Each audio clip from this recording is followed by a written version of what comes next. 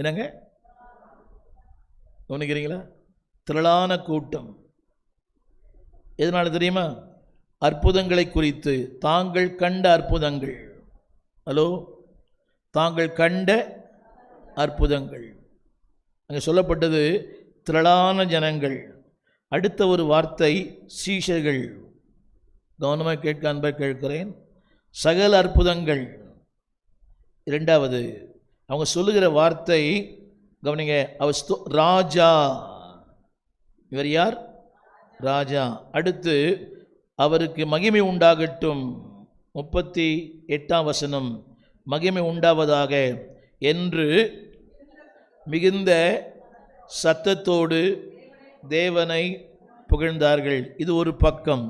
இன்னொரு பக்கம் இவர்கள்தான் அவர்கள்.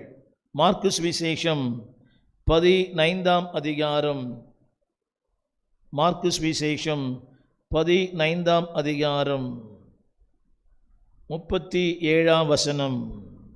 இயேசு மகா சத்தமாய் கூப்பிட்டு ஜீவனை விட்டார். அதுக்கு முன்பதாக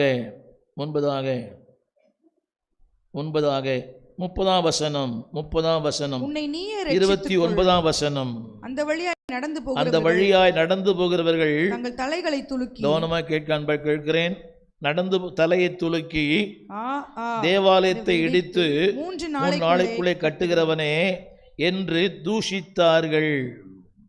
ஹலோ, புகழ்ந்தார்கள்.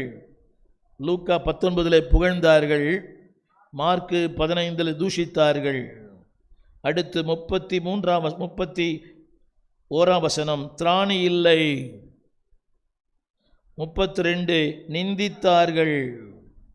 எத்தனை பேருக்கு புரியுது? ஹலோ, அவர்கள்தான் இவர்கள். மார்க்கு சுவிசேஷம் 15ஆம் அதிகாரம் வாசித்தோமே. புகழ்ந்தார்கள். எப்படி புகழ்ந்தார்களாம்? எப்படி புகழ்ந்தார்கள்? ராஜா என்று புகழ்ந்தார்கள், சந்தோஷத்தோடு புகழ்ந்தார்கள், மிகுந்த சத்தத்தோடு புகழ்ந்தார்கள். அதே கூட்டம்தான் மார்க்கு 15ஆம் அதிகாரம் சொல்லுகிறது. புகழ்ந்தார்கள், தூஷித்தார்கள், நிந்தித்தார்கள், பரியாசம் பண்ணினார்கள். எத்தனை பேருக்கு புரியுது? என்னை கேட்கிற அன்பான கர்த்தருடைய பிள்ளைகளே, உங்கள் தேடுதல் எப்படிப்பட்டது? அவர்கள்தான் இவர்கள். நல்லா கவனிக்கணும். அங்கே அவரை புகழ்ந்த ஒரு கூட்டம்தான் இன்றைக்கு இவரை இகழ்கிறது, பரியாசம் பண்ணுகிறது, நிந்திக்கிறது. அதில் சிஷ்யர்களும் இருக்கிறாங்க.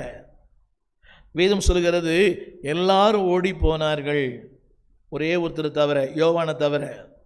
3 பெண்கள். என்னை செய்தியை கவனமாய்